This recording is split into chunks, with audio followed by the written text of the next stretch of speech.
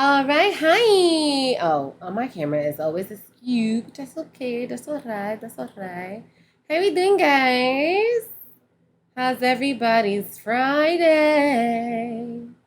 How we doing? Welcome, Music Ninja Josh. Welcome, Ishan. How's everybody? We're gonna start this off with this happy time 10. What made us happy this week? So we would love to hear from y'all.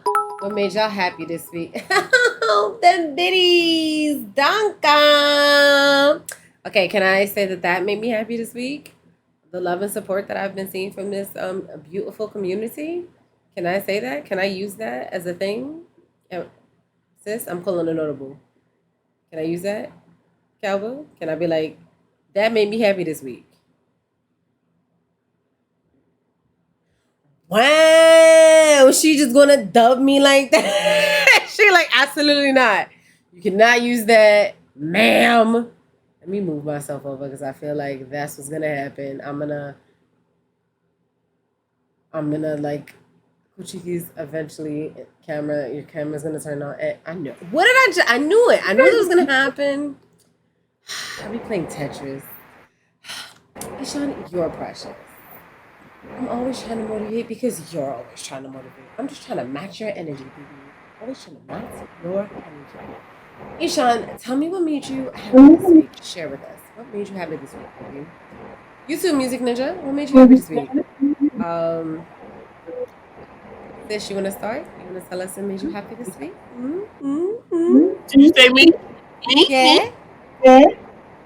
I got into grad school, bitches. No, I'm kidding.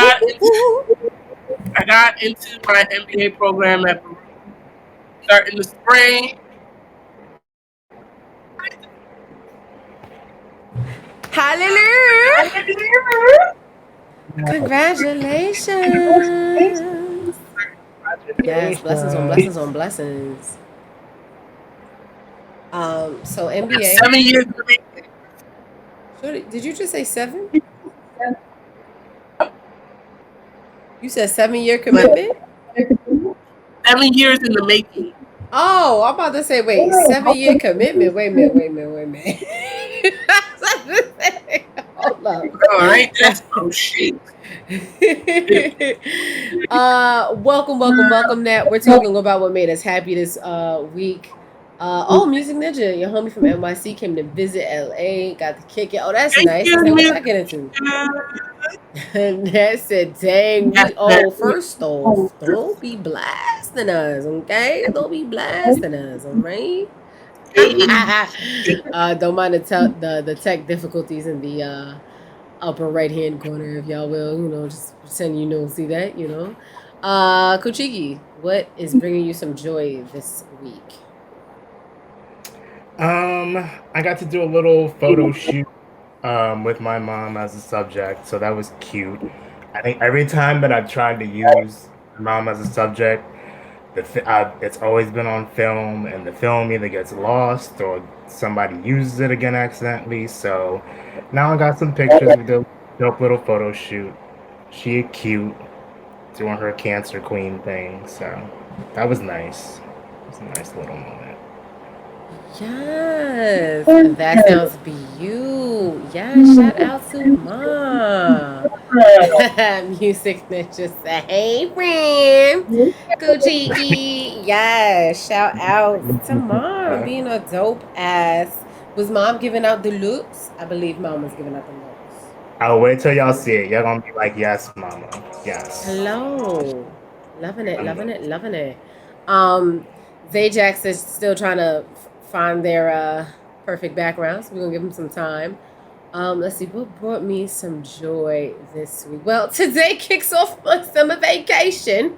Yeah, it's lovely, isn't it? It kicks off my summer vacation, which is going to be super short-lived because I did agree to teach summer school, so I'll be doing that. But it's not bittersweet. It's actually going to be pretty dope because it'll get me out the house. And I've been looking forward to doing a little bit more outside things, like dipping my toe in the social world. So welcome back, world. A little bit. I'm just Y'all, I tried it on the NYC trains the other day, just to see, I was like, maybe I could do this outside thing. I can't. Spoiler, no. I'm not. I don't know how I'm gonna do this. I don't know how I'm gonna go back to teaching in a school building full time. I don't know. Somebody pray for me. Somebody help me, because like there was a mass down here and you wanted to interrupt my morning with your song and dance over there, and then you wanted to yell at me about why I was being rude about it, which wasn't really rude. I had my headphones in, so clearly I wanted to listen to my own playlist, but you didn't care about my life because you wanted to interject with your music and then call me rude because Welcome to the NYC mornings, where it starts off, it's showtime, and I'm just like, okay. Gotta go back to that, y'all. So, I'm preparing myself, Preparing. Welcome, Stunner. We're starting off with the Happy Time 10. What brought you some joy this week? Tell us what made you happy this week. We still waiting on Nat and Ishan to share some joy with us. Woo! Zajax, what brought y'all joy?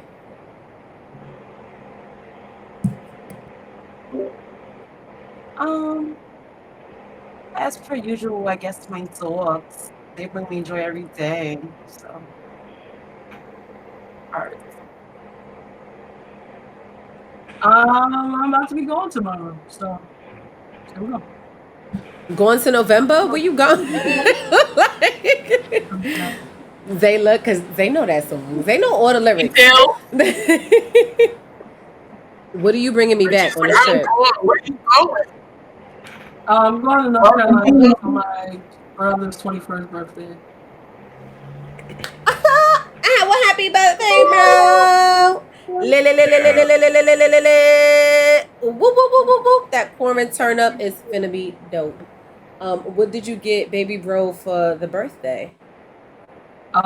Usually I just, whatever he wants, when I get there, I'll buy it. So what I'm hearing is when a person has a birthday, you give them whatever they want.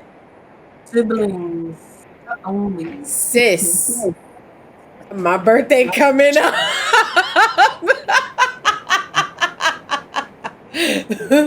I'm done. I exit. That's what. Did we not all hear the same thing? Right? We are family. Right? No? Right? No? Also, my brother and sister graduated. My brother graduated from 8th grade, and my sister graduated from high school. That is fucking beautiful. That's what I'm talking about. That's what I'm talking about. Welcome, Spider Cat. We're still doing the Happy Time 10, so you have time to share your joy with us. What made y'all happy this week? Okay, Nat says, let's see. Happy shit this week. My daughter is graduating from 5th grade. Moving to junior high. Oh. Nat also is letting you know her birthday is February 1st, sis. We all related to you now. We all siblings now. Look at me. We siblings now.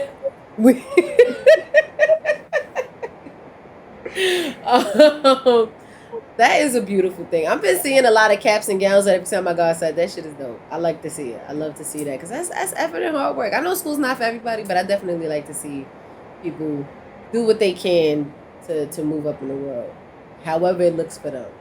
Jackson, I was just talking about this earlier. One of the kids, it was a struggle for this kid because he'd be like, yo, look, this school shit is not for me. But he did what he could, and we made a way. We made a way for him. What do you mean you don't have anything special, Spider Cat? You did your podcast this week. Okay, you said it was a great week all around. So okay, I'll take that. It definitely counts if the whole week was great. We'll take it. About to say, if you don't have nothing special, Spider Cat. Although Spider Cat did, what game was that you were talking about? Oh, not Biomutant. I don't know. She was talking about some game where she was like, I would not have spent full price, and all I could think of was Jax. Because Jax be like, why would you pay full price for a game? It's going to go on sale. Wait for the game to go on sale.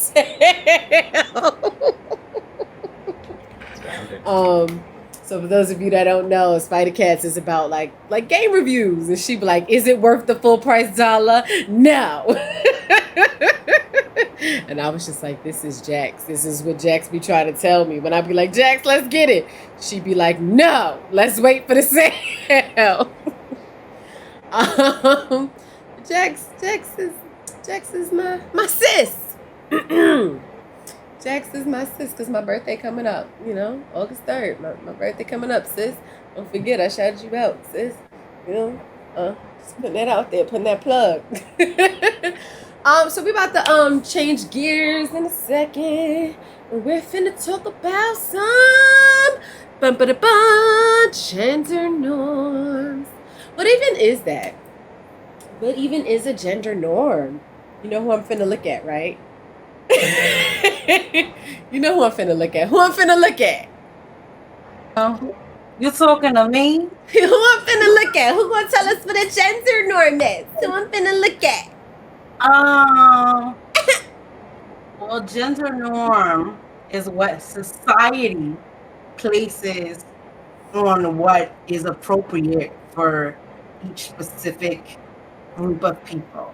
So, male, female, the gender norm would be like girls love pink and boys love blue, but nobody cares about that. So.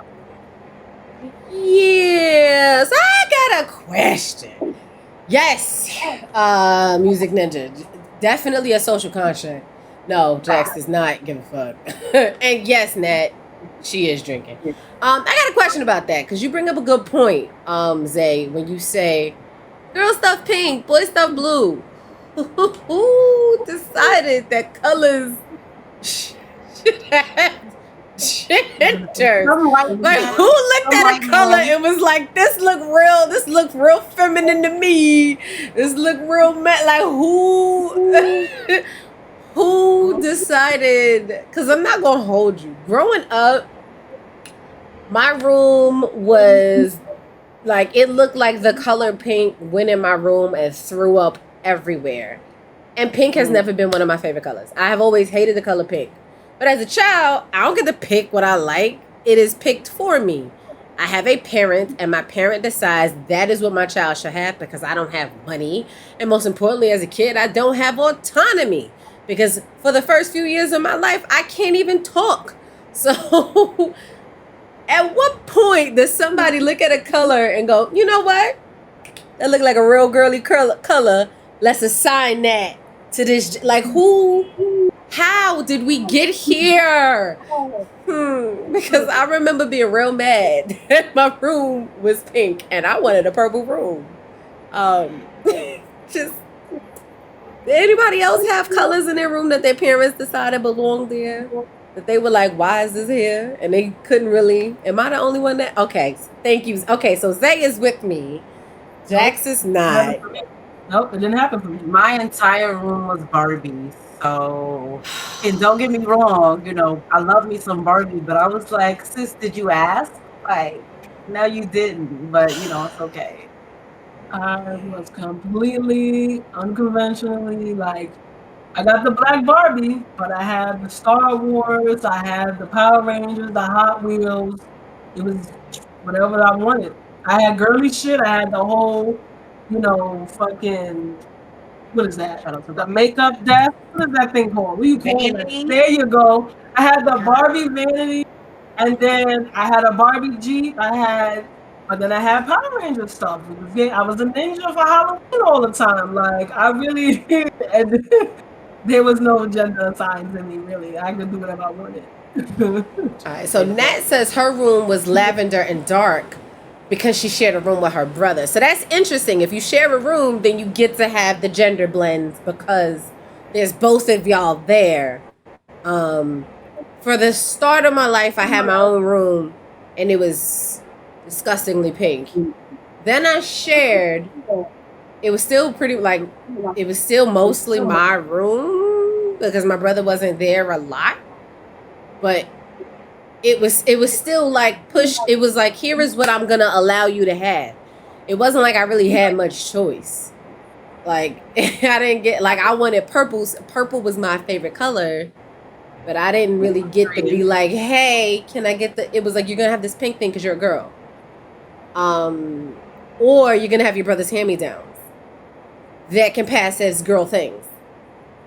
And it was like, but who is jeans? Who jeans have gender? Like what? That confused me as a child, trying to figure out how I fit in this world.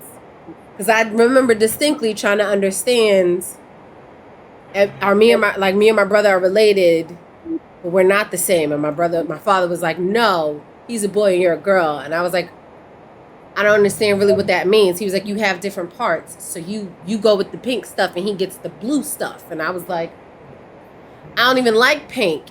Yes, you do. And I was like, well. And he proceeded to buy me more pink stuff.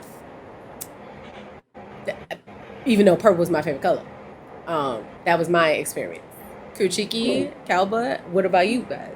How did that fit for y'all? This is just making me think about even like why is pink the well, actually I have a question. In other languages, in Romance languages, is pink a feminine word?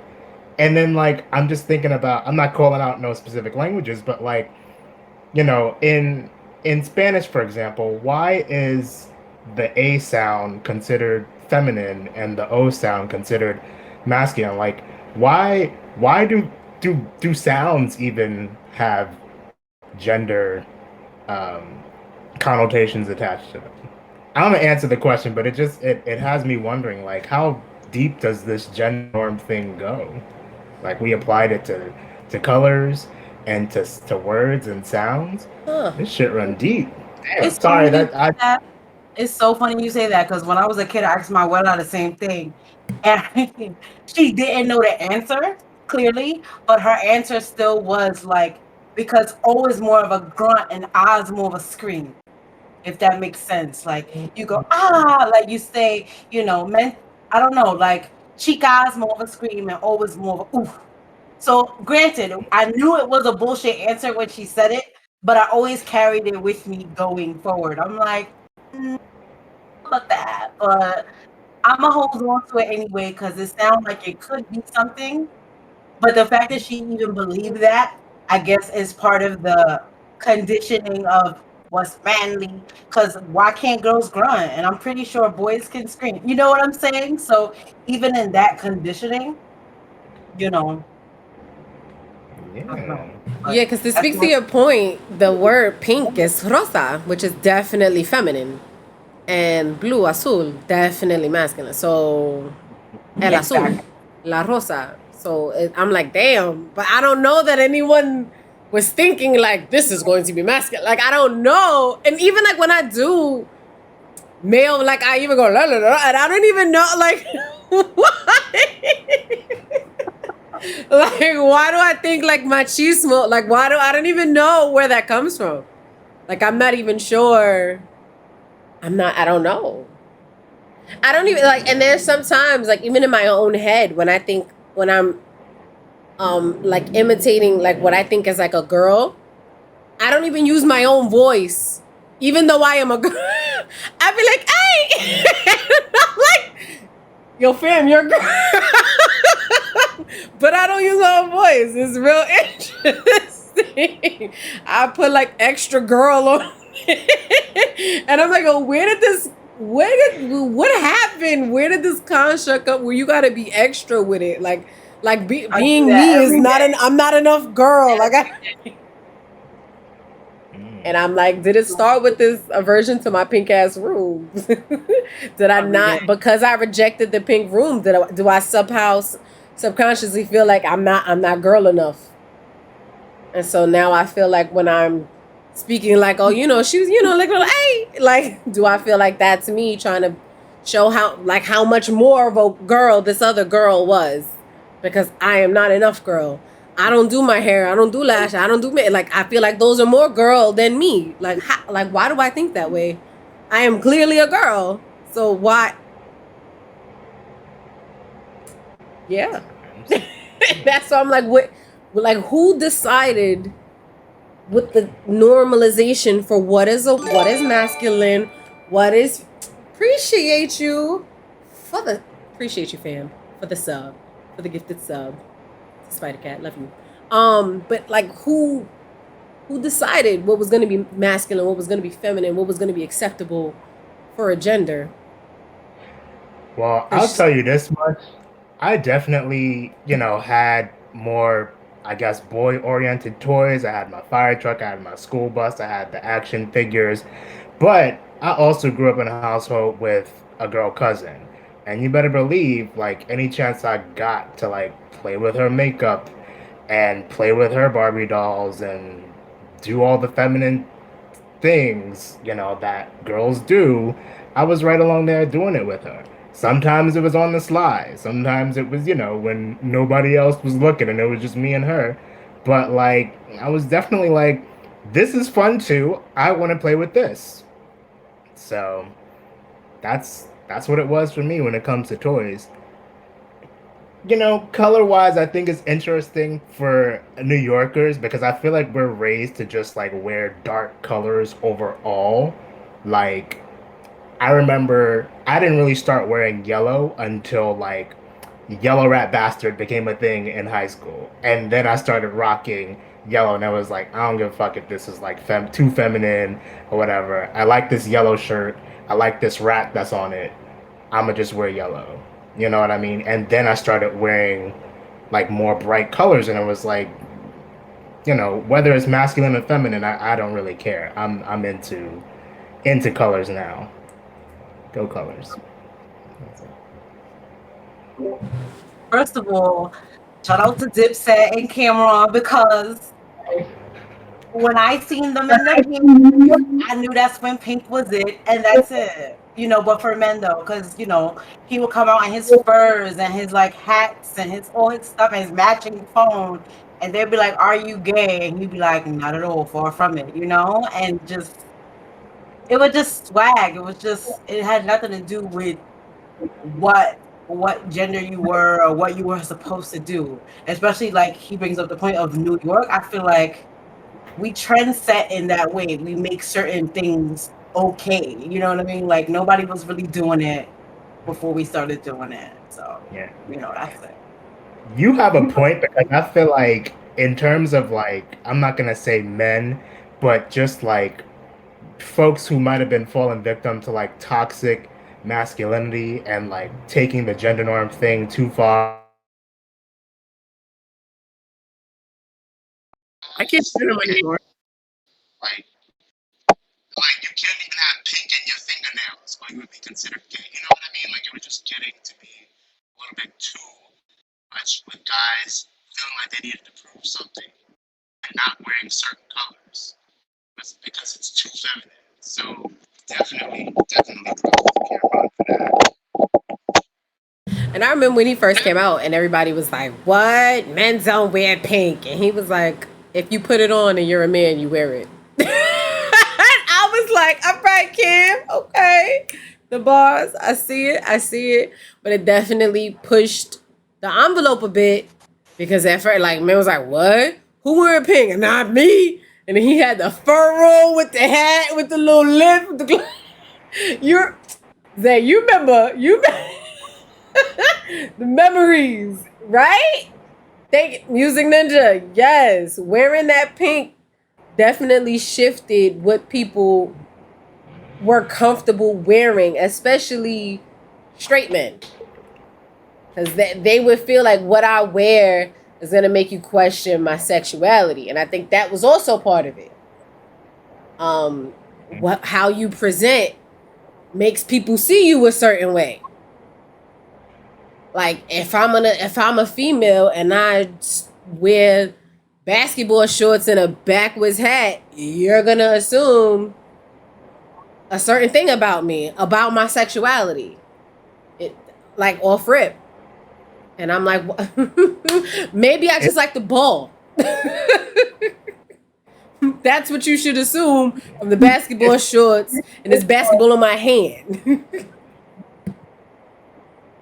it's really crazy because it's like while gender and sexuality don't really define each other, like society really shaped it in such a way where it's like you really can't talk about one without the other because of the way that we like you said, Nirvana. If you see somebody not fitting a certain gender norm, you automatically start to question their sexuality. It's almost like on autopilot for certainly a lot of folks in this country. Um, I definitely can I share my coming out story really quick Oh, hell yes. because it's Of course. definitely tied into that. Go ahead. No! He will be back and we will get back to his story because, as he said, it's definitely tied in. But that was the worst moment to lose him. Personally, for me, I think so. I think he's getting himself back up. Go ahead, personally for you, and then we'll turn it back to him. It was less about what I was wearing and more about how they would talk to me. So in Ghana, at least, I could play with the boys. I could do all the stuff. I could dress however I wanted, either dress one day or some shorts the other day. The boys couldn't, but the girls could. The only thing is, it was kind of like understood that if your mom called you away, at least for the girls, it was to go cook dinner for the family. Because by 12, you're cooking dinner for the family. So you still got to play with the boys. Like, we would all go and play football at the park and get dirty, but it was always expected that the women would leave the match early to go cook dinner for the household. But it wasn't really about clothes or toys, mostly because in Ghana, they don't have those resources to be dividing people by clothes and toys. It was more about, like, what did you do around the house? So the girl who looked like a tomboy that, in American standards, they would assume is a lesbian, she was the one who probably didn't have to go home to cook anything. She could stay out with the boys late. So it's more like behavior stuff is what divided you, but it's like what they let you get away with, If you dress like a tomboy, you were allowed to, like, stay out and not really cook for the family. And if you had any kind of girliness, you could still dress that way, but you coming home to cook some shit. If that makes sense. So where did you fit, like, your personal experience? Were you the one that had to go in, or did you get to stay out? It was a little bit of both, just because of my dad had one way and my mom had the other. My mom wanted me to be very girly because she had to go in. So the way she raised me was very much to care about my appearance and dressing girly. Like, anytime she saw me without earrings in my ears, she's like, "Oh, why don't you wear earrings? You look like a boy." And I'm just like, "What? I look like you. Like, we're literally twins," is what everyone's okay. But some earrings is going to make me look like, okay. All right. And I remember asking her, well, what about the boys who wear earrings on their ears too? Like, where's the distinction? And she had nothing to say. Because when boys wear earrings, they were still boys. But apparently I'm not a girl unless I'm wearing the earrings. But my dad, on the other hand, was like, cut your hair. He was one of the people who, from like the time I was 10, was like, cut your hair, grow it out natural. If you want to keep it short, I'll cut it for you. But he was also someone who came from, like, in Ghana, girls cut their hair. They weren't allowed to grow their hair out in school until they were like maybe the end of high school. So even though I never grew up there, I was raised by two people who did. So it was very much in my household, like I was being raised in Ghana. So for me, where the beginning of my childhood, I was always dressed as a boy because I wanted to be my dad. I even shaved or pretended to, just to be like my dad. Didn't really see anything in common with my mother until I got to about college and started to care about shit. But that was when I was away from her. It's funny. She wanted me to be feminine, but I wasn't feminine until I was away from her. Interesting. When you say that she wanted you to be feminine, it was like the earrings bit, yeah? Yeah, the earrings, wearing skirts. I wasn't allowed to, like, get scars or, like, my knee. She wanted me to always have, like, braids or something. I remember one time I had a history of migraines and they prescribed me a medicine that the doctor said might make my hair fall out. She was like, stop taking the medicine. Sorry, what? You tried what? I'm sorry, say that again. Because she prioritized me being able to keep my hair long over the medicine that was supposed to like help, because at the time we didn't know what was causing it. We didn't know if I had an aneurysm that was gonna burst or what. And she was like, stop taking the medicine the moment she heard about hair falling out. Damn. I'm so fucking sorry, girl. That is really fucking rough. But hats off to you for persevering and coming through on the other side, boo. Pat yourself on the shoulder, baby. You did that. No, I'm the only one. I'm gonna pat myself for you. I'm doing that. I'm do the other one for you too. Kuchiki, you back? Yeah. You solid? You ready? I'm back. The Tech Devils are alive. Tech Devils.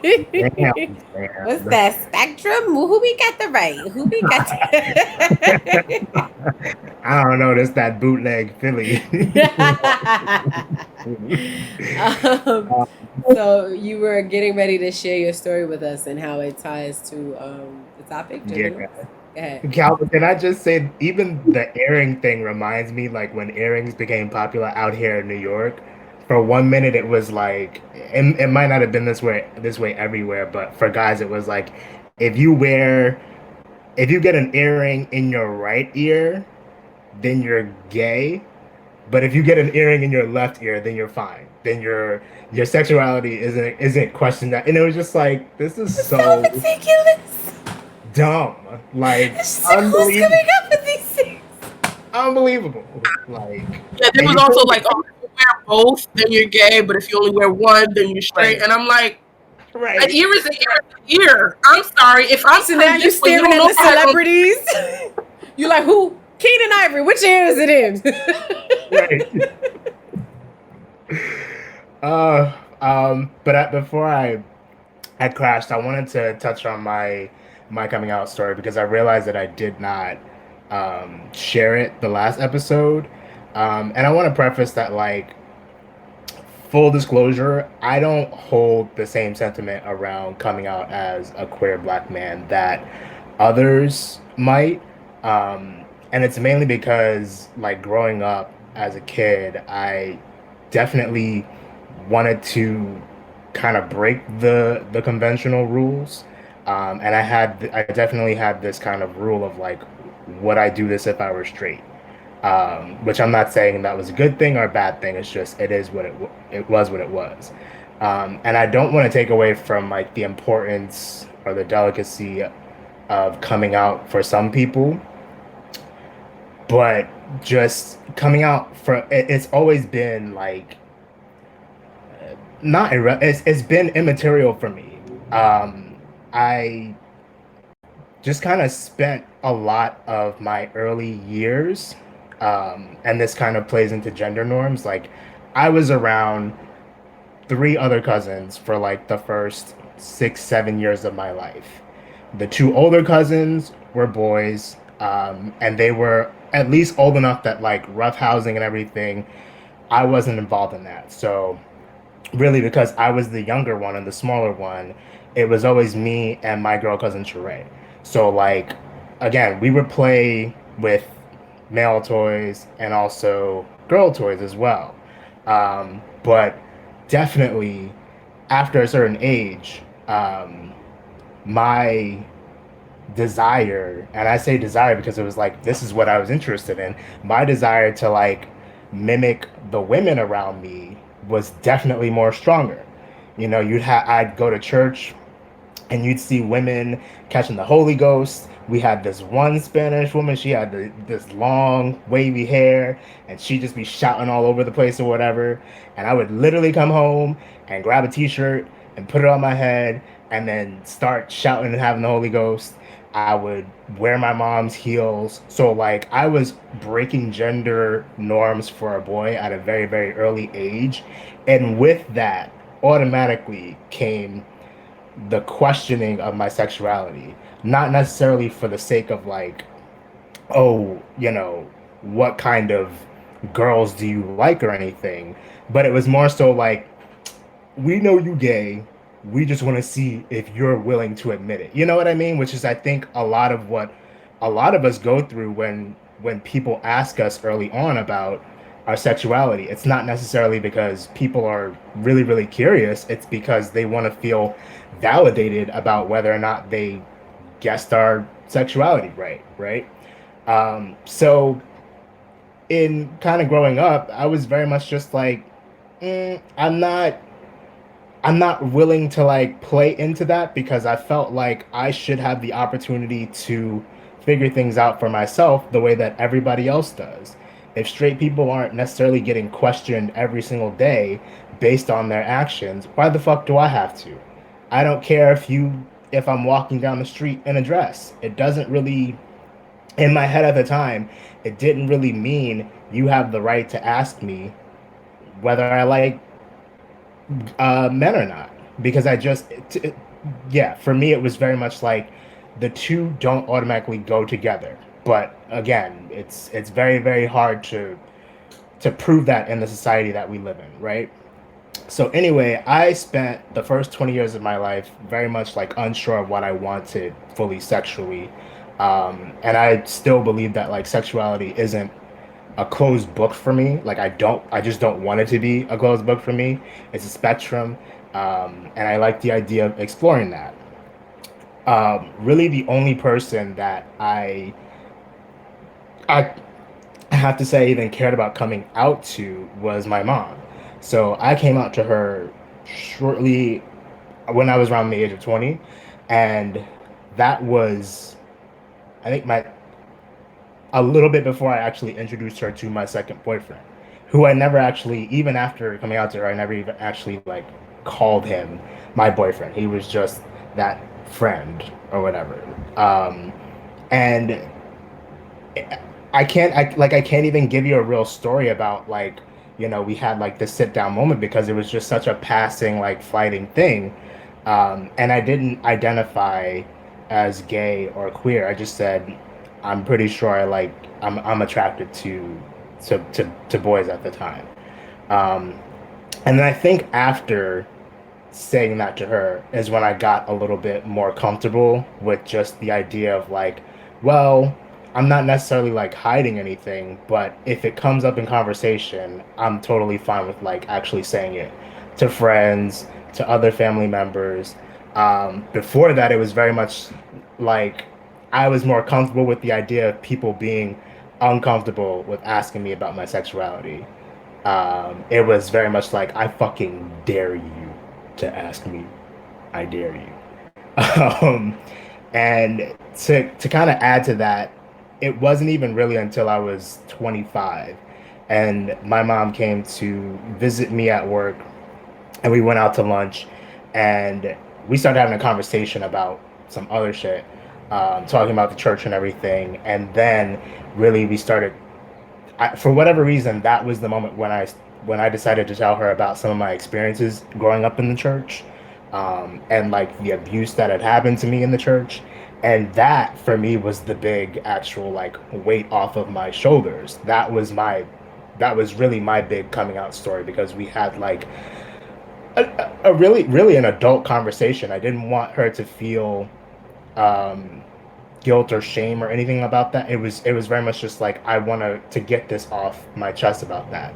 And then after that, it was very much like I can open up more about my sexuality because for so long I was tying abuse and my sexuality together in a way that definitely wasn't even healthy for me. Um, yeah, after that, it was just like, okay, I feel more open talking to her, and just talking in general about my queerness because it was like, I don't know. I wasn't, I stopped associating that period of abuse with my sexuality. So I don't know if any of that even makes sense, but that's my little like coming out story that I wanted to share last episode. No, it definitely makes sense because it shows like the what's the word I'm looking for, Zay? Like when you go from like point A, the transition almost like how you went from like here are these things I like to do. And for Is that it? he's cohesive in what he's saying. It's not transit. Can you hear me? You not hear me? Mm-hmm. Yes. Hear me? The word you were looking for was cohesive because it goes smoothly into how gender norms and like just that whole situation itself affected how he felt about himself. Like those things blended together in a way that wasn't healthy, so he had to like untie that and rewrite that in a healthier way. At least that's what I don't want to speak for Yes, you. yes, no, thank you. That's what I grasped from that. So. Thank you. And just so that I just want to say I'm so proud that you did. I'm so happy you did because you're worthy of all the things. So I just want to put it out. I second that. Here. Queer. Cheer. Bars. No, but I definitely like, and I feel like that's what we were saying before, that it's so hard to separate the norms from the sexuality. It's like they're this little ball, that little rubber band ball, and it's so hard to pull them apart. And sometimes when you're trying, you end up like slapping yourself, and that little sting, you're like, "Ow, okay, I'm not gonna pull you apart anymore." But it's really difficult, and it starts so fucking young. It's like you from early on, you got this parent trying to tell you, here is how I see you, so here is how you were gonna be.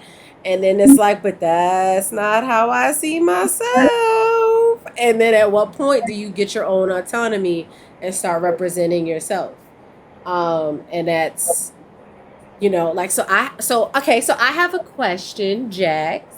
So, Jax, you've made it very known that you're bisexual, but it's very clear that you don't present like Zay is very femme. And so, my question is, when you're talking to a guy, do you change the way you present, or do you present what I perceive to be your regular way with your hats and your shirt and like? So, like, I'm curious. Like, does that even? Because I feel like that's you, but would you feel compelled to change to suit what makes a guy comfortable? Like I have questions. At first, yes, very much so. I would switch to very feminine clothing and like when I first started, I don't know what the first dating app thing was. I'm gonna shoot for Tinder in the dark, but it clearly was something before Tinder. But like at first I used to, even though I said that I was bisexual, I would always put all feminine pictures and then like one that's like comfortable, but it's clearly I may not be more masculine presenting.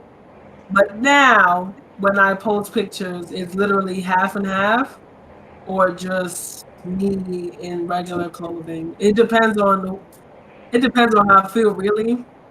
But if I'm talking to a guy, like I definitely give off more feminine vibes than I do, I guess, regular vibes. I don't know how to explain it, but most of the guys that like me, they see me as me. And I be thrown off like, how the fuck? Like, I get annoyed because when I try, motherfuckers do not pay attention. But as soon as I go out, either looking crusty or like half put together, everybody is trying to talk to me. And I'm like, so you want to see me look like shit? You want to see what the wake up looks like? Because this is what the wake up looks like because I'm going to the corner store. So after that, like after every time I get hit on looking regular, I'm like, fuck it. Clearly they find me attractive either way. So Zay always says, "Oh, you look very feminine." I'm gonna say that. And to me, I'm like, I see it. Like, granted, I look more like my father. Like, literally, when I go down south, I'm gonna take pictures with him. You're gonna be like, "Oh my God, you're just brown him with hair." I don't look like my mom. And my mom is really pretty. Like, I swear I was adopted. I swear he was just like, "This is my child. We're gonna figure this out together, boo." But no, like And so it's really hard because my mom is really pretty, and I'm like, damn, I wish I was that pretty. But let me stop you right there, champ. So, see, my issue with this, like, I let her speak because it's her story to tell, but I don't even see her as masculine. I don't know if it's because I've seen her naked or not, but but literally, like, even when I don't see her as masculine at all. And I say that to my best friend, who is here, actually, still over there, is an AG, and that's like super presenting strongly. Like, that to me is masculine presenting. Asia is literally comfortable all the time. And I mean, she wears hats and stuff like that, but she doesn't go out of her way to present as masculine. So in her mind, she's like, when men are attracted to me, they must be gay or something. And I'm like, you are a woman. Like, I don't, what's the, you are a girl. Like, it shows you are there. Well, see, now we need context. We need to see this best friend that is AG. Come on, best friend. Let's see what is. Okay, we need.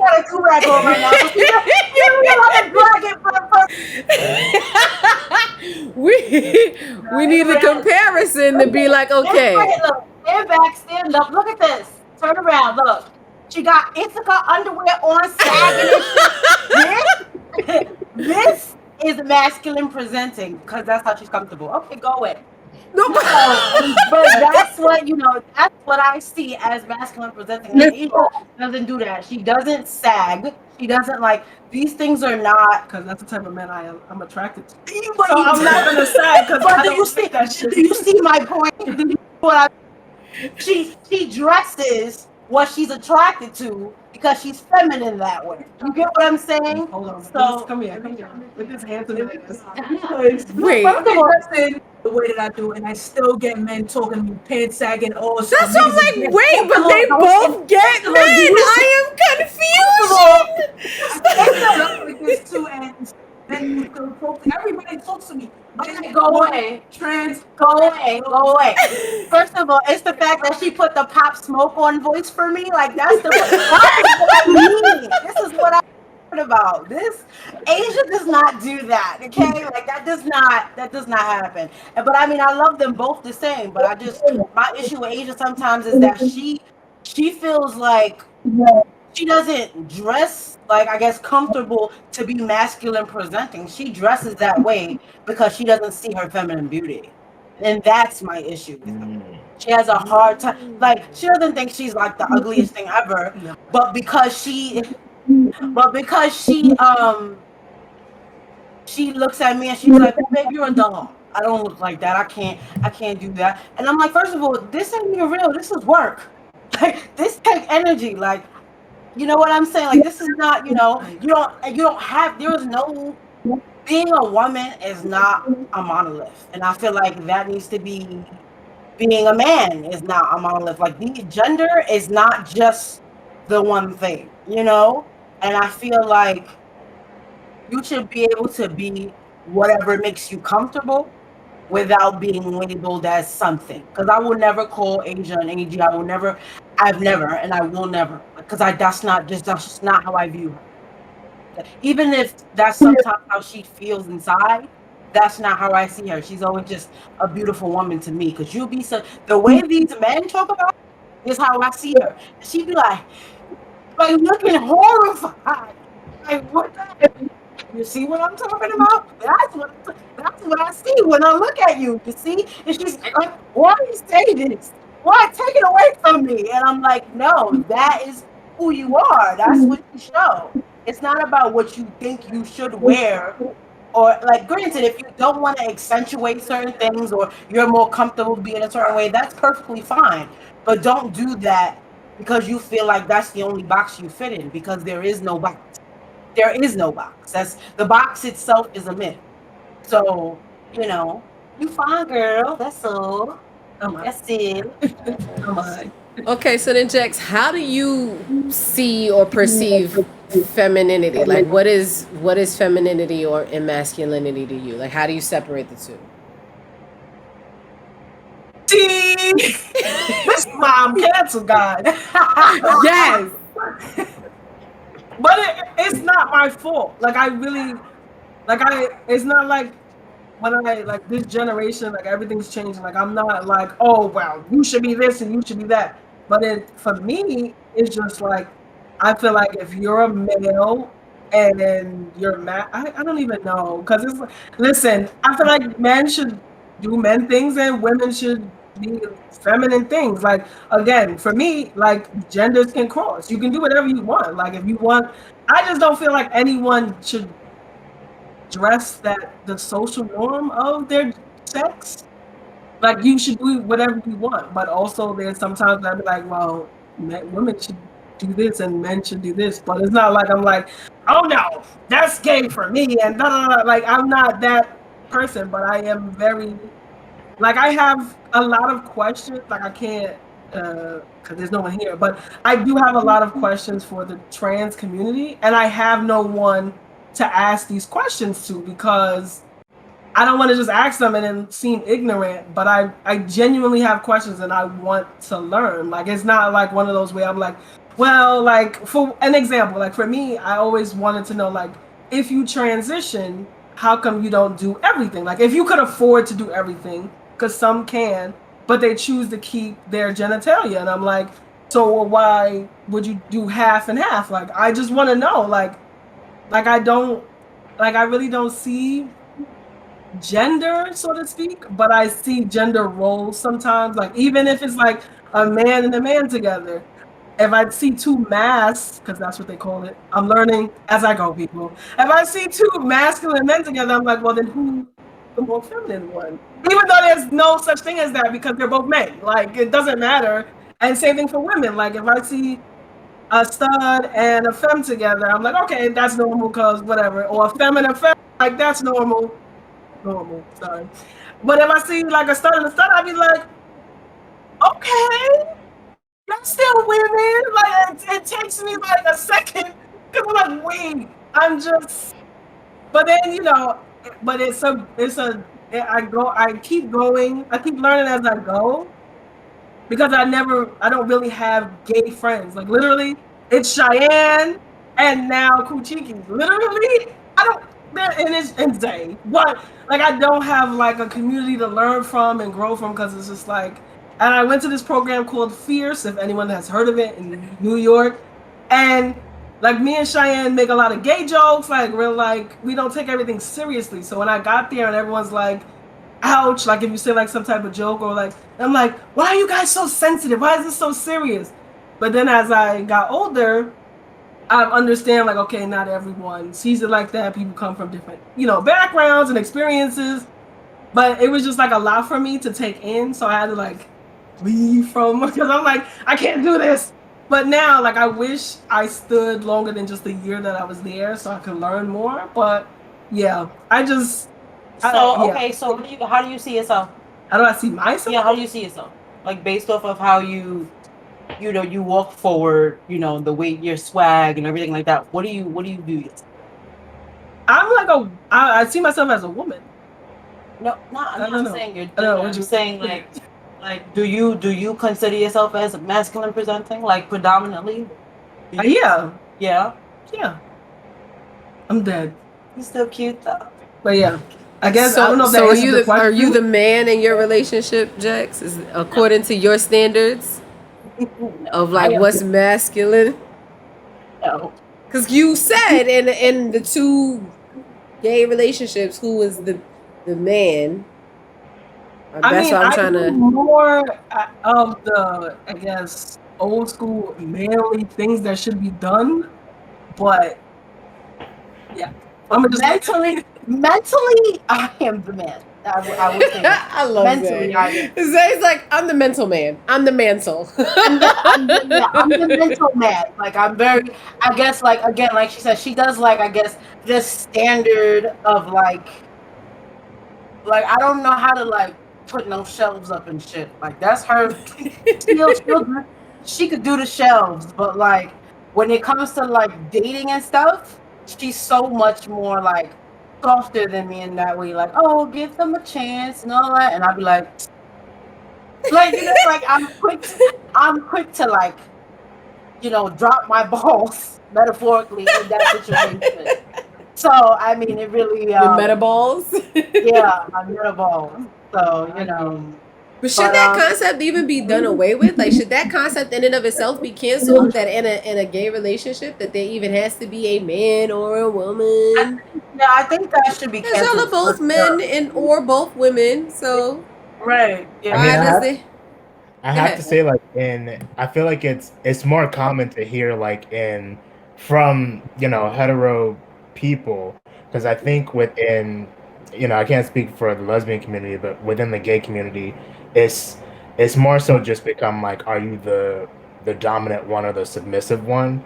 And even within that, like, the assumption is always that, like, whoever's the top is automatically the dominant one in the relationship, and whoever's the bottom is automatically the submissive one.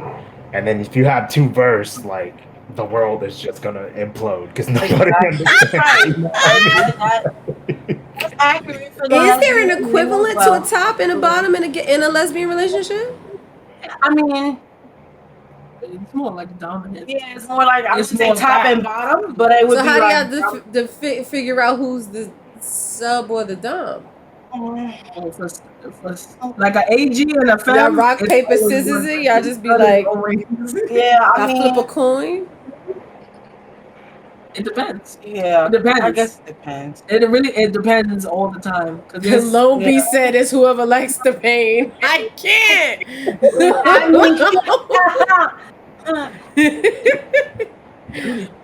So then, I mean, a lot of what we're talking about is gender and sexuality, but really the gender norms kind of are born from our dramatizations or conclusions about biological patterns. So when we look at male, we're like, okay, they produce testosterone. Testosterone allows them to have higher aggression, move faster, more energetic. They have denser bones, and then women typically, or female rather, typically produces more estrogen, so they're a little softer and easier to break. And then people took those science, that biology, and those patterns, and then added their own agenda to it, and attribute, okay, well, if she's producing estrogen, then she must be more nurturing. She can't guide.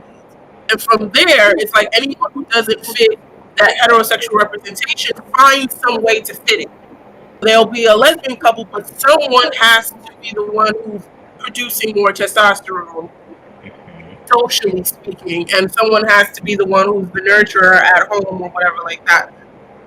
That's where it's all we're all trying to still fit it, even as we don't fit it. And for me, I think that's kind of, it's a slippery slope, because one, we don't know who that science was based on. So, for instance, there were a lot of recent stories, or maybe not so recent, about both a trans and a cis woman who were told they could not compete. I think it was both for them track, because they produce an extraordinary amount of testosterone. You have one who's a trans woman and one who is a cis heterosexual woman. But she has, is it called androgenesis? So she essentially is internally intersex, but physically she's female, but she just produces blood testosterone. So she was outperforming her competitors. And their solution was, you can only compete if you take this drug that lowers testosterone level. I'm like, why? And some people are like, okay, well, it's based on her hormones, and I'm like, no, it's based on what you assume a woman is able to produce in terms of testosterone. Done this science, you assume all women produce it that way, and anyone who's outside of it is now not really a woman. You got to bring her back to what we assume. And I'm like, okay, well, the science that determined that, was it all white women? Were they all your test subjects? Did you include black people? Did you redo the test? Because we eat different foods now. Range changes. But we don't think about that. We're just still trying to fit into the same boxes that Aristotle created. Like, that man is how many centuries dead now? Why are we still trying to fit into his box of what is the public-private sphere? Women take care of the house, men go out and buy. so far removed from that. Yeah. And that's why gender norms just makes a lot of people. Yeah.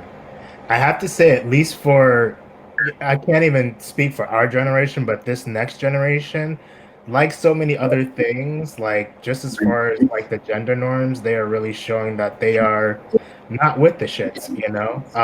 I can't, forgive me, and I know I'm showing my age probably, but the one in Ray Shremmerd who is not Sway Lee, I think his name is Shrem Life. He just posted a question about um, if folks think that men wearing nail polish is um, does it make them less attractive to women, or is it socially acceptable? And mind you, he posted this question in this video on his IG, like as he's wearing nail polish. So even something like nail polish, which 10, hell, even 5 years ago, the gender norm for that was women only, unless you're, a gay man or trying to maybe become a woman or something, like, or want to be associated more as feminine. Like, that gender norm is literally like we're watching it be erased in real time. And you know what, to that point, like, I have a question. Are there any, like, be honest, are there any no-nos for you guys as far as, like, this is what I am attracted to, but like if you kind of fall out of this gender norm, like I can't really rock with it. Calba, I'm kind of looking at you. I don't mean to call you out, but we had this conversation a little bit It ago. is. So I said, for me personally, at least on the guy side of things, I'm fine with the guy unless I know that he's been a bottom. I don't care if you've been a top. I know you've been a bottom, visually speaking, because I can do that arch, and you doing that arch and me doing that arch is just a turn off for me. We can't both be knowing how to do the arch. I'm gonna be upset if your arch is deeper than mine. So, but that's for me. But then I thought about it, and I'm like, but low-key, am I ever gonna know you were the bottom? Like, it's not like I'm in all your bedrooms with you during each one of those experiences. Just don't tell me. Fine. Don't tell me you were the bottom and you was good at it, because then I'm gonna need to compare notes, and I'm gonna be too busy comparing notes to find you attractive anymore. I'm just saying. So Asia just started laughing hysterically because felt. Let me explain something.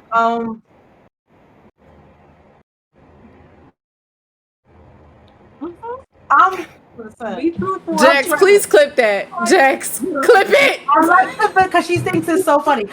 I like to see, think that I'm so involved and I could just do it, but just like, like, because, like, listen, it's just. Oh, like, cause like she said, I wouldn't know. Like, I wouldn't know. I would still be attracted to you, but I wouldn't know, and that would be that. But then once I know, I can't unsee that. Like, I can't not, and I know that's. I'm just like Padsy, but it's just like in my brain, cause I feel Big guilty because I'm facts. like, you're Like, you're if he so a much throat more goat, involved in that. if You know your what I boy mean? is a throat goat, like, Don't even, or can. This is what I'm like, and it's so because if he give up the yuck 3000 better than your girl, like, listen, let me tell you, let me explain because you know what, it's so many beautiful men that I have been attracted to that was bisexual, and I was like, okay, that's fine, but then it was like, yeah, and my boyfriend had gripping me by my. Once I can picture somebody gripping you by the throat, and it's limits. For me, The that's limit fine. does, like, you cannot be the bottom. I cannot try and imagine that. I can't. No. I can't. And it's only because I've been in that position, so I know how much your back is. Like, I know how to throw it in several circles. So if I can picture you throwing I just in circles, so can't. bro. It's Bro. just limitations. I know my favorite line from Mean Girls is the limit does not exist, but in this case it does. Very much and I can see clearly now. And I felt so guilty. That's why Ada started she burst out laughing as soon as she started talking, because she's like, that is day to a T. And I'm just like, but if I Man said don't, this but is a what makes it so manifestation of bad what is that if I don't know, I won't care. That's why I know that it's conditioning by society. That's why I know it is. because It is. if I meet a man and he don't present in any type of way and I'm like, this man is fine, I'm about to hit and I don't know nothing, I will probably smash the life out of this man and then find out later, yeah, we dated the same person one time. You know what I'm saying? Like that doesn't it wouldn't matter, but once I got the image in my head, it's and hard that's why I'm like, dang. So like, do we want to do like? Should gender norms exist? Should they dissipate? Are they good for us? Are they harmful? I got questions. Should you still give your kid pink or blue, depending on what they're I think you should give your kid whatever color you want, because I don't believe color should dictate a gender. So if you want to give your kid blue, give your kid blue. To the reveal parties, baby. Them reveal parties. Gender reveal parties are stupid. Like, what does it matter? Is that not your grandchild? Right. They are dumb, and they almost burned down California last year. So it don't make sense. Nothing about how you're going to treat that child in terms of love and support is going to change between you knowing that they're a girl or a boy. Right. None of that. Or non-binary. And if they decide to change their what color would you have if your child is non-binary? It was one couple that was like legitimately sad, depressed. Both of them put their head down, like it was a girl, and it was like, and I was like, wow, this is crazy. It's like, nasty. This is nasty as hell, right? I'm like, the gender reveal should be for the family. I want to know what the fuck it is as soon as I can find out. Did anyone hear my question, perchance? That's a legitimate question. What color? I mean, I did. I wanted to address. Wait, I have a question. What color would it be if your child is non-binary? Gray, cause that's wet. No, but knock it off. But how can you? How can your child be non-binary? This fucking that. Right, your child isn't non-binary until they tell you. Well, shouldn't all gender reveals be non-binary until they pick? Because we have to be honest here. The same way male and female is a social construct, non-binary is also a social construct. It's a healthier one. It's one that gives people a space to feel like themselves. But no kid is born like, yes, I'm non-binary. Yeah. They may feel a way in their heart that they're not, strictly feminine or strictly, whatever. And then that's when this is a term where you may fit in. But no kid is like, yeah, I'm 3 years old and I'm non-binary. That's not how that works. It's still a social construct. We have to be honest here. Like, it's still a social construct. It's just one that gives people who feel different and who feel misgendered and misplaced a space to go. But that doesn't mean we did not create. So that's my answer to that question. That's why I'm like, I don't know. This is why I need you. Because I'm like, wouldn't non-binary be the better answer for a gender reveal? Because it still gives that kid space to be like, all right, and this is where I actually fit. That is a better answer. Putting non-binary on a child from such a young age, and this is my No. I'm saying, like, here's what we're having. Still gotta stay tuned till they pick. Right, but I'm not trying to offend anyone, but for me, putting non-binary on a child from young, that puts a different level of pressure on them. I feel like, because now they're born and you telling them they're non-binary, so now they're. Well, we're not. So then, what would it be? Help me find what it should be to give them the space to fill in the blank. But that's my point. That's not for any of us to find. When somebody says that they're. Am I not saying this question? Phrasing this right? Can we please cancel gender reveal parties in that case? Because yes. It's like, can we just stick with baby showers? Like, yes. Yes. I mean, in Let's Ghana, cancel gender in Ghana reveal. culture, all we do is a baby shower. We do a baby shower, the baby's born, we wait a week to name it, and then that week we get all the family members who have personalities that we like to touch the baby, pass on that attractive gene, and that's it. Ain't nobody having a gender reveal, nothing. You find out when you find out. They just glad it ain't I am dead. That's the energy right I there. like it. I like it. I like Yeah, they- it. So, question, because we had some people that was perpetuating some toxic ass idea. I think it was with more regard with men and women in like a versus battle in like relationships, like Umar Johnson and Kevin Samuels, and then what is a mute? Unmute, Zay. Come back here.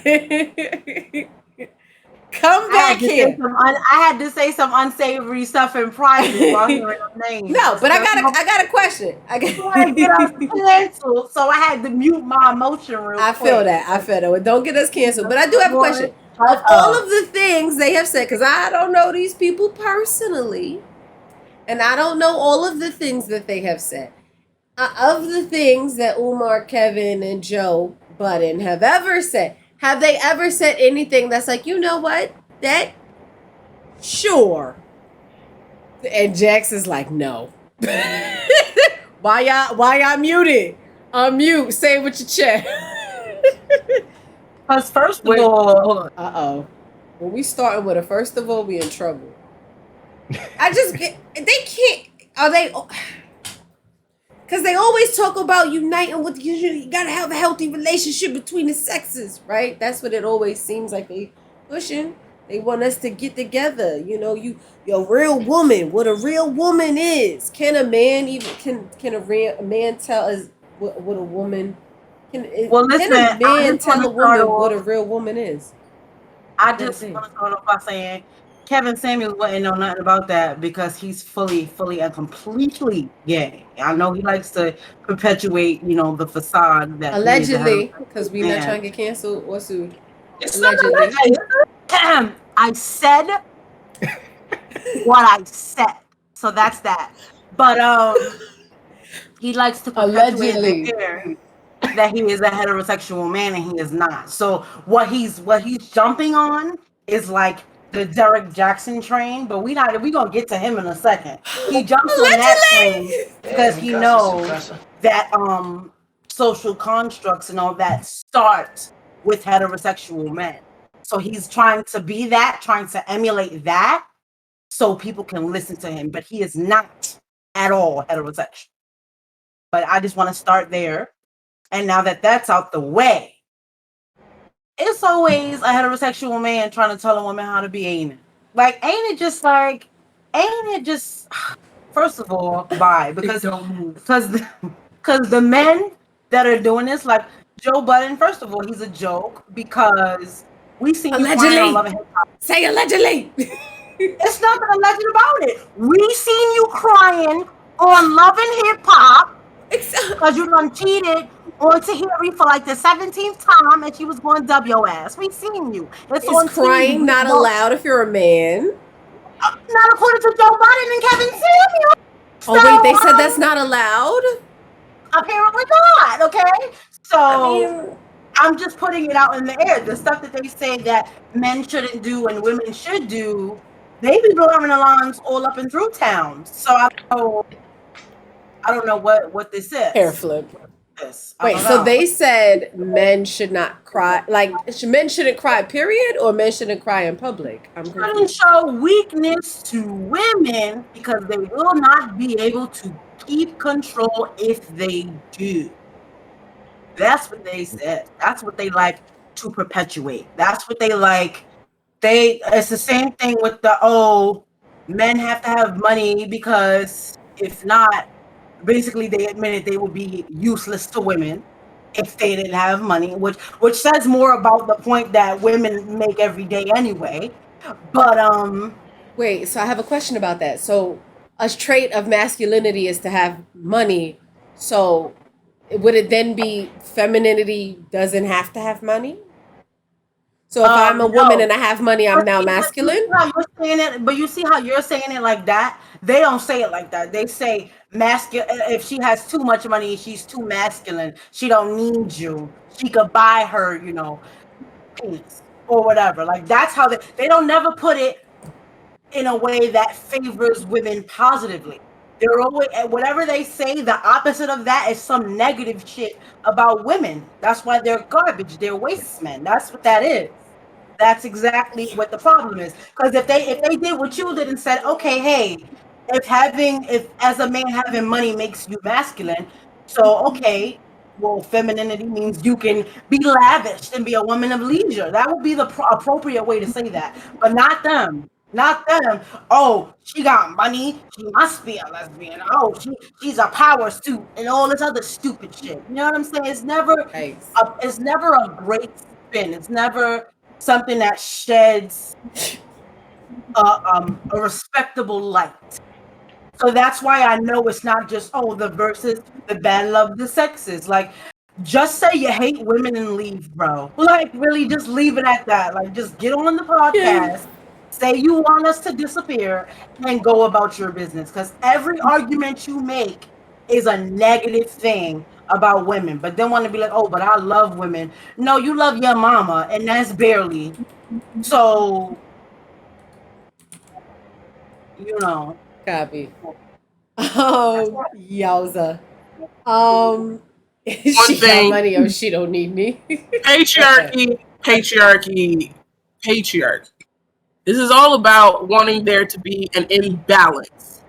A guy doesn't mind if a woman makes money, because guys will still be out here be like, don't be a broke bitch. You need to dot dot dot. The issue is don't make more money than me.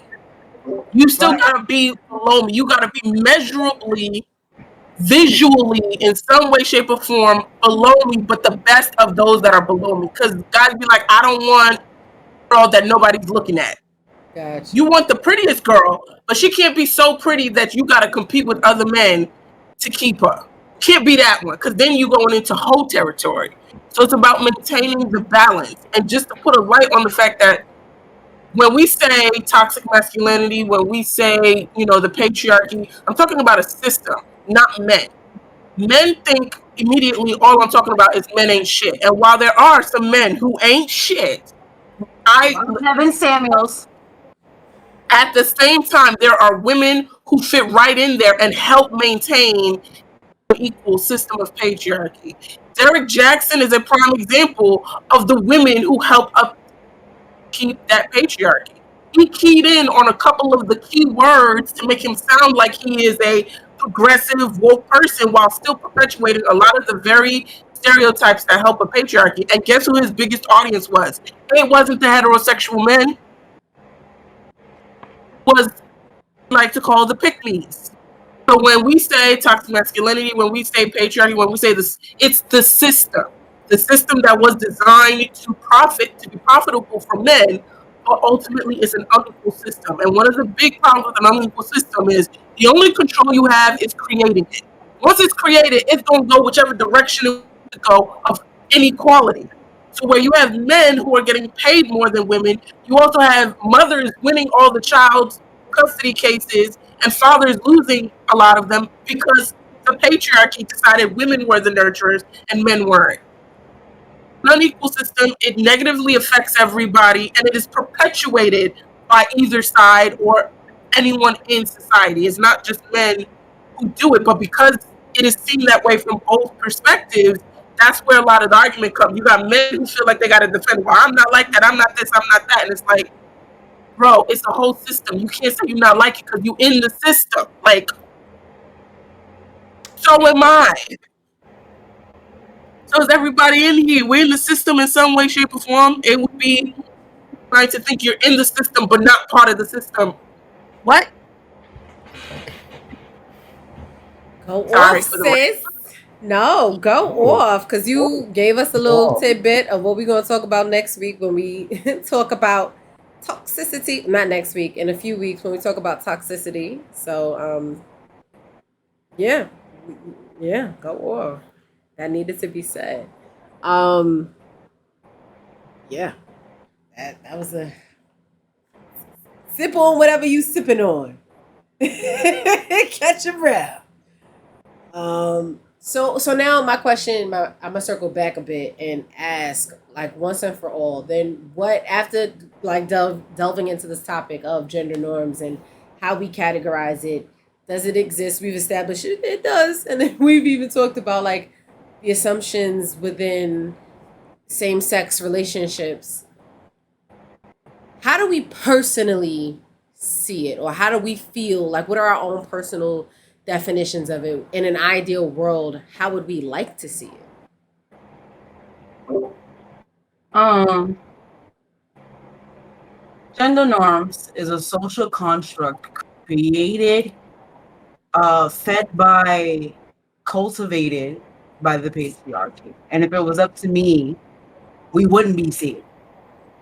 If it was up to me, it wouldn't be a thing. If the world was ideal the way it should be, people can be what they want to be, wear what they want to wear, and do what they want to do without anybody having anything to say about it. But because that's not how it works, here we are. But it's literally just a social construct that was created by the patriarchy and fed by literally everyone else in existence. So there we go. So in an ideal world, it wouldn't even exist. We all agree, or does anybody feel different? I feel differently. What? You feel differently, Kelba? Yeah. I think the issue isn't the gender norms. I think the issue is the limitation of them.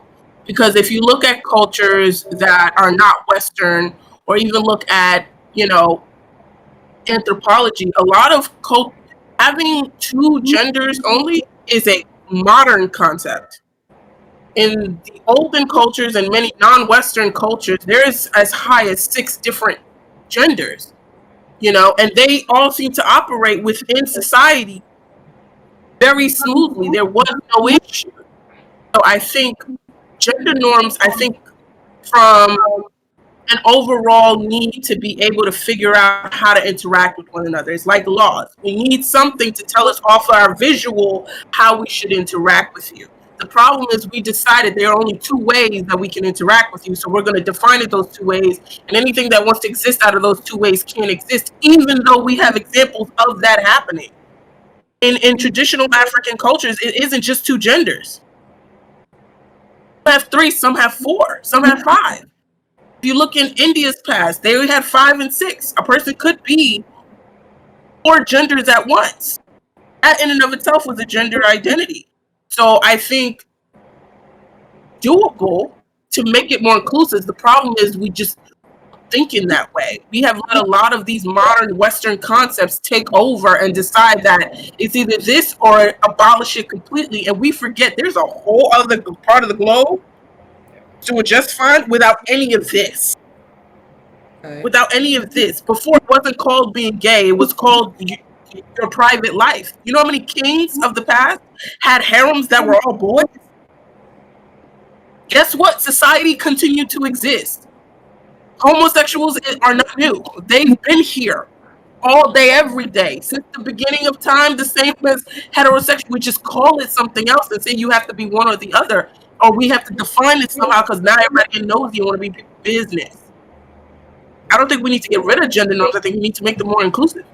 But okay, so then my question to you is, what benefit does having a gender norm pose to, like, how does that help us? What does it do for us? Because I haven't grown up. How does me knowing that you're a girl help me or help you? So the way I'm going to answer that is prefacing it with, first, I didn't grow up in a society that has multiple genders for people to attribute to. So I'm going to draw my theory from Kimberly Crenshaw's article about intersectionality. And so what intersectionality is when you have different identities, like let's say you're queer, you're Black, and I don't know, you're from Africa or something. Each of your issues intersect in a way that you can't separate. I can no more separate my experience as a woman from my experience as being a Black person. And so what Kimberly theorized is that we need to make our social constructs focus on those who have the most intersectionality, because inadvertently we address the issues of everybody who falls into one of the categories that that person identifies with. If we focus all of our energy on solving trans people of color's issues or problems they have, we inadvertently treat the Black people. We inadvertently treat the people who are homosexual. We inadvertently treat, because we're treating the person who has the most issues that's going on around. So in that regard, with having multiple genders, establishing some kind of like normalcy of, okay, instead of going to you and assuming you're a girl, now I know to use general pronouns until you tell me. Is that normal? That's not normal now because we're used to it's either boy or girl. But if we had been raised to understand that until you tell me, those questions don't even enter my brain to ask. We don't have those awkward conversations where I make you have to revisit. You have to explain what your gender is to me. Grown up not needing to use he and she, and maybe transfer to they and the and this and that. If we had grown up that way, people wouldn't feel the pressure to identify as this or that because they don't fit somewhere. Does that make sense? Yeah. Yeah, Feel you. that definitely makes sense. I want to touch on that. Or at least for, I don't want to generalize, but for the most part in the Black community, like the pronouns are important for respect. So like if you go to someone's house, it's Miss so-and-so, Mr. so-and-so, until you get the okay to call them by their first name. Or like, when I was young, I used to call everyone ma'am or yes miss or whatever, but like no, like visual, like seeing your gender, if you clearly had titties but dressed like a man, I would assume that your pronoun is she, her. So I would be like, excuse me, miss, or may I have this, ma'am, or do you need this, ma'am? Like, so I feel like in the Black community, it's kind of like the pronouns are important for the respect factor. But I agree with you. Like, everyone should, they, them until so and so. But that's the thing. Like with pronouns, it's kind of hard because if you work in that customer service or whatever, like the infamous GameStop meme when the woman bought something and the guy was like, "Oh, here you go, sir," and he was like, "It's ma'am." Like no one knows your pronoun until you tell us. But depending on where you work, you want to be as customer service savvy or like respectful as possible for what you grew up learning. So I guess that's even to Calvin's point. Sorry, go ahead. I was just gonna say, but even in that scenario, Japanese have the word sama. Sama is a form of respect for both men and women, and they put that in their language when they don't. You know what I mean? And it's like, it's not even like, oh, someone necessarily androgynous is coming up to them and they use it. It's just in their language too. So it fits everybody. Language is a reflection of the patterns that we've kind of adapted. So many languages are like, what's the feminine version? What's the male version? It used to be Latinos if you add one man in a group of Spanish women. Now it's like, nah, we the Latinx community. Hold the fuck up. And I think part of that transition is transitioning words. Our words were a reflection of us. Oh, sorry. No, that's literally what I was gonna say. Like, to your point, like before that Western influence took over, because even in terms of like formalities, it was all gender neutral. Like you said, you had the example of Japanese culture. You had chan, san, sama, like those had nothing to do with gender, and that went across the board with a lot of the global Southern cultures and even like Native American cultures, but like to that point, there's without disrespecting like Black American culture, we are still Americanized. We are still under the influence of Western culture. We are still under the influence of a system that is rooted in the patriarchy. And to be honest, like I think we definitely oversell. We don't oversell the patriarchy, but we hold the patriarchy accountable. But we also have to hold white evangelicalism as a whole, because that mother father, what it did in terms of colonializing everything, like it's insane. That's a whole nother chapter. But anyway, like if we if we are willing to acknowledge that, then there is a possibility for us to, going forward, it takes work, but we can actually like change the way that we identify each other and the way that this culture, our culture specifically, is shaped. We can start to find ways to unshape it and unlatch it from its white ass hyper religious roots. That's it. I just wanted to say that. I'm not starting that though. Somebody else got to start that because Start it. No, start it. Start it up. Everybody in the South got guns. I just want to say I am stealing that mother father. I'm Yo, stealing it. mother father is my new thing. I'm saying it, pointing it.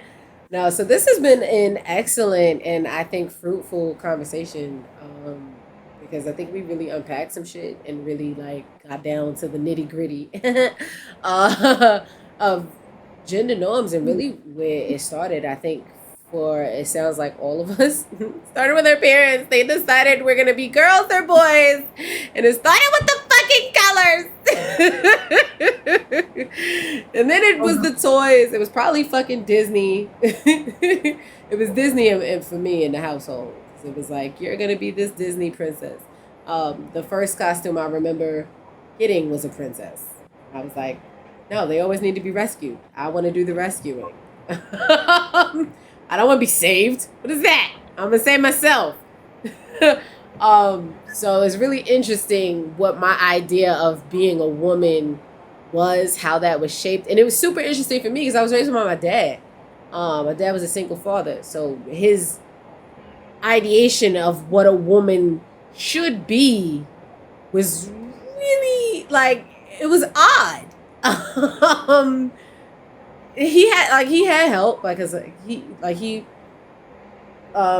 his partner at the time, who I call mom now, she stepped in when she was like, no, don't do that to a girl, please don't do that, it's not for girls, please don't do that.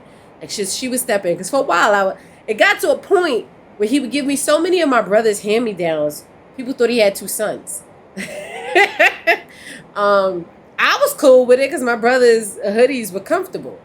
And that's probably why I wear baggy stuff now, and I'm more comfortable in double XL hoodies than I am in the fitted things. Like, yeah, I was just talking to my sister today, and I was like, no, I can't wear that crop top. And my sister was like, you look cute as fuck in the crop top. Wear the fucking crop top. And I'm like, I can't do the crop top. But it goes to show like how much your gender identity plays a role in like how you present to the world, just how you make your little corner of the universe. It's fucking interesting, y'all. So thank you so much for rocking with us today. Thank you for sharing your stories, your voices, and hanging out with us, chatting with us, the subs, the bits, the hosts, the lurks, all that. I just want to be daddy and princess. Be daddy and princess. I'll never forget, I read a book this year called The Black Flamingo. The Black Flamingo by Dean Atta. And one of the lines in there, he was like, I am the king and the queen. And I was like, yes, the fuck you are. And it's literally about it's a YA book, so I don't know if you guys are into that. It is a really good read, but it's about a black queer. He's Jamaican and Greek Cypriot, but he is going through his journey of trying to find himself, trying to understand the intersectionalities of his identity. In the book he makes a comment to his mother, and when someone says, "Oh, because I think the story is set in like the UK, possibly. I don't remember the details, but he makes a comment to his mom about being half something. And his mother's like, never let anybody tell you that you're half anything. And I was like, you know what? Snaps to mom for trying to help her son like be secure in who he is from like Jump Street. Because that could have gone in a multitude of ways, and like that book itself even talks about like gender identity, because like speaking back to Kuchiki's story about like Kuchiki share about like I wanted to wear heels, like his in the story the character was like, I want a Barbie for my 6th birthday, and the mom was like, okay, I didn't know you were serious. And so she didn't get him the Barbie. She got him something else. And he was like, that's not what the fuck I wanted. And that takes me back to when I'm like, I don't like pink. And they're like, all right, we're going to get you more pink because you like pink. And I'm saying out my mouth, that's not what I like. And parents always think they know better. They always think they know better, and sometimes they don't. I feel that, Natalie. I feel you. I So want to do learning. what I want and be told to bend over when the time is appropriate. Yes. Now is the time. Bend over, Nat. Welcome. I'm effing American. You beautiful fucking soul. We getting ready to hit a raid right quick. We want to thank you all for joining us. Stay tuned because next week we will be joined by a special guest to talk to us about their trans experience. The person is a close family member to one of the hosts, so please show them all the love that you show us. And you better say correct. What I gotta say correctly? What I say wrong?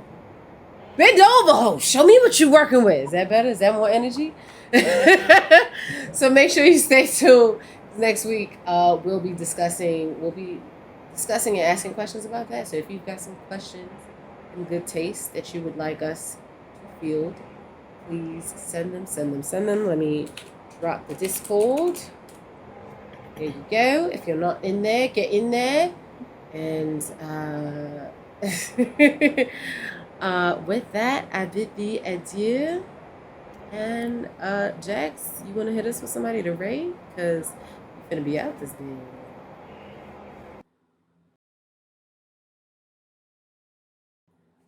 Yeah. Happy Pride and wear a condom. That's what we do. Kuchiki said happy Pride, y'all. Is Kendall and Lord. That's it. All right, so happy Pride, wear a condom. That's what Kuchiki said. Yes. We'll say one more time for the one time. So come. Say one more time for one time, Kuchiki. Happy Pride, wear a condom. Yeah.